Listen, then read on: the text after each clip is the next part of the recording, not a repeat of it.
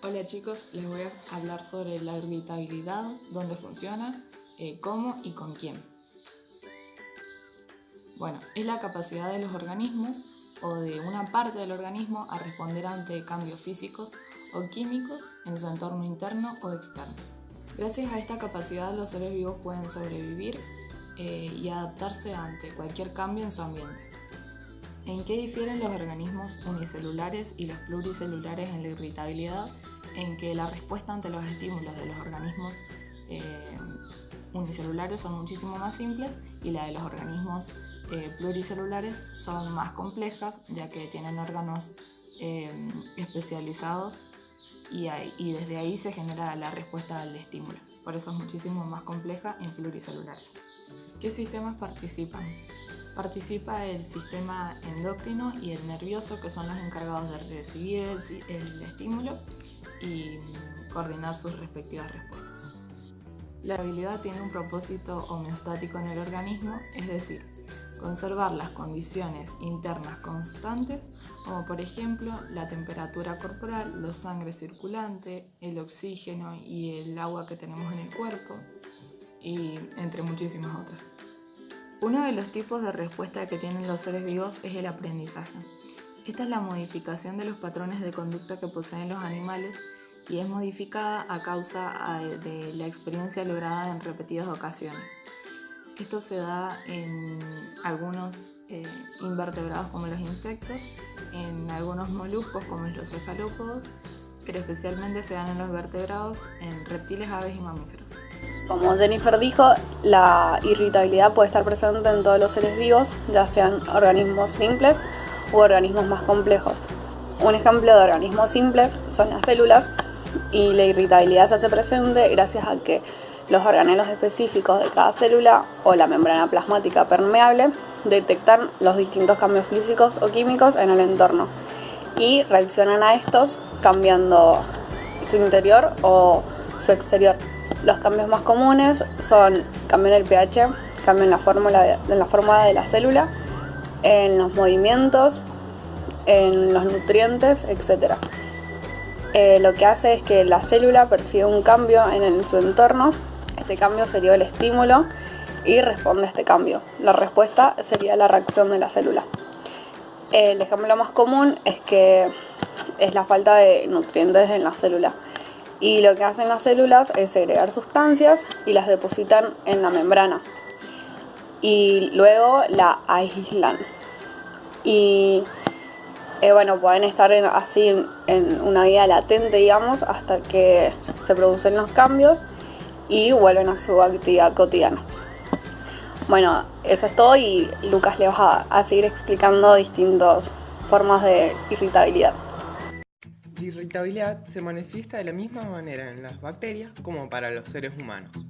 Sin embargo, las respuestas que puede manifestar el ser humano son muy diferentes a las que puede manifestar una bacteria.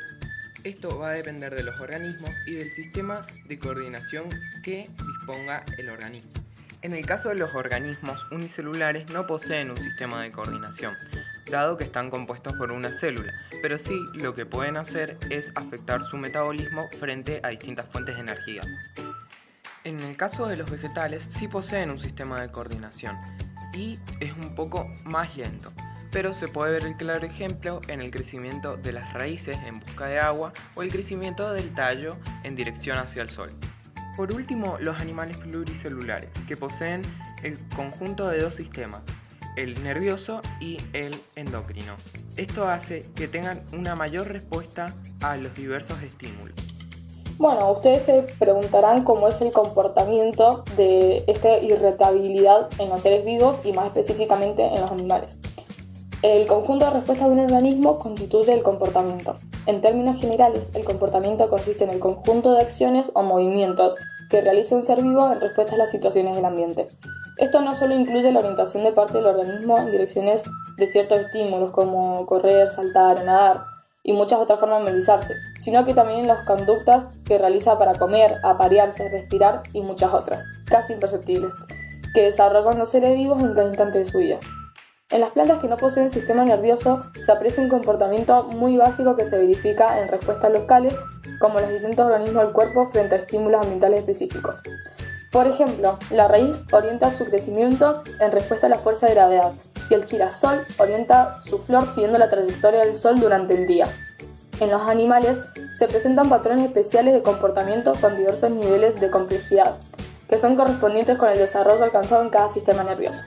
Por ejemplo, un sistema nervioso simple, subdesarrollado o inmaduro serviría de base, mientras que aquellos que se sustentan con un sistema nervioso de mayor grado de desarrollo o madurez, por ejemplo el de los seres humanos, podrán incluir respuestas como instinto, aprendizaje y razonamiento.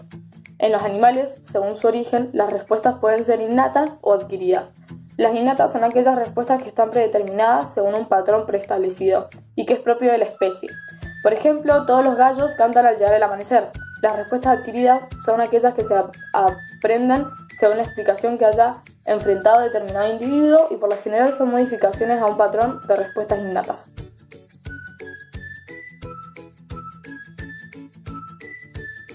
Respuestas de los seres vivos. Uno son los tropismos, que son movimientos de alejamiento o acercamiento de un vegetal respecto de un estímulo. Por ejemplo, las raíces que presentan hidrotropismo positivo, que es cuando las raíces crecen hacia donde está el agua. Bueno, las násteas son movimientos rápidos frente a estímulos. Por ejemplo, serían las plantas carnívoras, que se cierran inmediatamente cuando un insecto se pasa sobre ellas. Bueno, después los tactismos son movimientos lentos de acercamiento y alejamiento y se dan en organismos unicelulares e invertebrados. Un ejemplo sería el chanchito de tierra, que siempre tiende a irse a lugares húmedos y oscuros. El razonamiento es la capacidad de resolver problemas complejos. El razonamiento involucra la voluntad, que es una capacidad exclusiva del ser humano. Por lo tanto, los animales no pueden razonar. Los reflejos son respuestas animales involuntarias rápidas frente a un estímulo. No requieren de un proceso a nivel complejo del sistema nervioso, por lo tanto se puede dar en distintos tipos de organismos. Un ejemplo de esto sería cuando un animal se quema una pata y la saca rápidamente. Bueno, los instintos son respuestas a animales más complejas que están formadas por un conjunto de respuestas innatas. Un ejemplo de esto sería el instinto maternal, que se basa en la crianza y alimentación de las crías. Bueno, el aprendizaje son los cambios de conducta que se van dando a través de la experiencia. Esto se da especialmente en invertebrados. Muchas gracias por ver el video. Gracias por todo, chicos.